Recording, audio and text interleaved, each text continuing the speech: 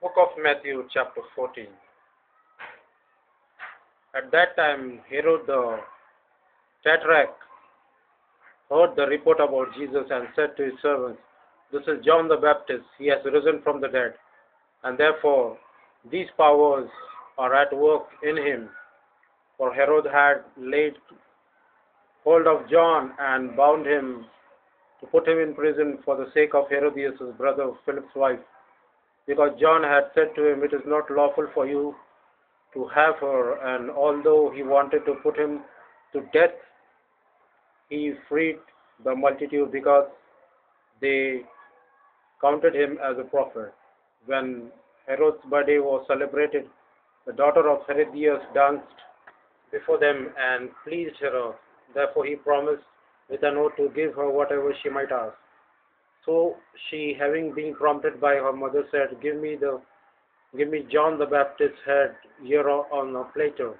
And the king was sorry. Nevertheless, because of the oath and because of those who sat with him, he commanded it to be given to her.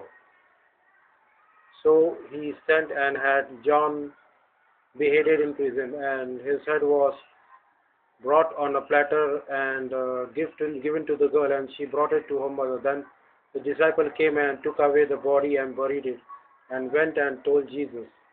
When Jesus heard it, he departed from there by boat to a deserted place by himself.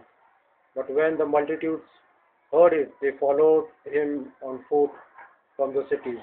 And when Jesus went out, he saw a great multitude, and he was moved with compassion for them, and healed their sick. When it was evening, the disciples came to him, saying, "This is deserted place, and the hour is already late. Send the multitudes away, that they may go into villages and buy themselves food." But Jesus said to them, "They do not need to go away. You give them something to eat." And they said to him, "We have been here only 5 loaves and 2 fish."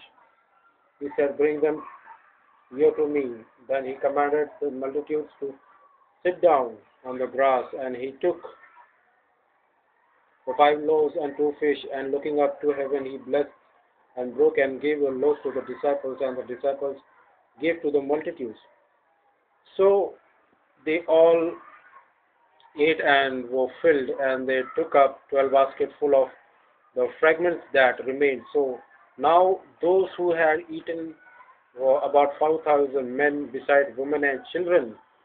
Immediately Jesus made his disciples get into the boat and go before him to other side, while he sent the multitudes away. And when he had sent the multitudes away, he went up on the mountain by himself to pray. Now when the evening came, he was all alone there, but the boat was now in the middle of the sea, tossed by the waves, for the wind was contrary.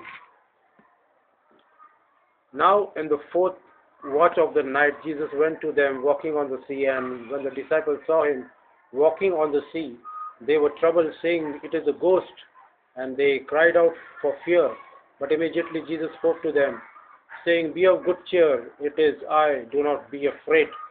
And Peter answered him and said, "Lord, if it is you, command me to come to you on the water." So he said, "Come." And when Peter had come down out of the boat, he walked on the water to go to Jesus. But when he saw that the wind was furious, he was afraid, and beginning to sink, he cried out, saying, "Lord, save me." And immediately Jesus stretched out his hand and caught him, and said to him, "Oh, you little faith, why do you doubt?"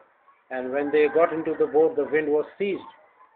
Then those who were in the boat came and worshipped him, saying, "Truly you are the Son of God." When they had crossed over, they came to a land named Gennesaret, and when the men of that place recognized him, they sent out into all that surrounding region, brought to him all who were sick, and begged him that they might only touch the hem of his garment, and as many as touched it were made perfectly well. So we have completed the book of Matthew, chapter 14.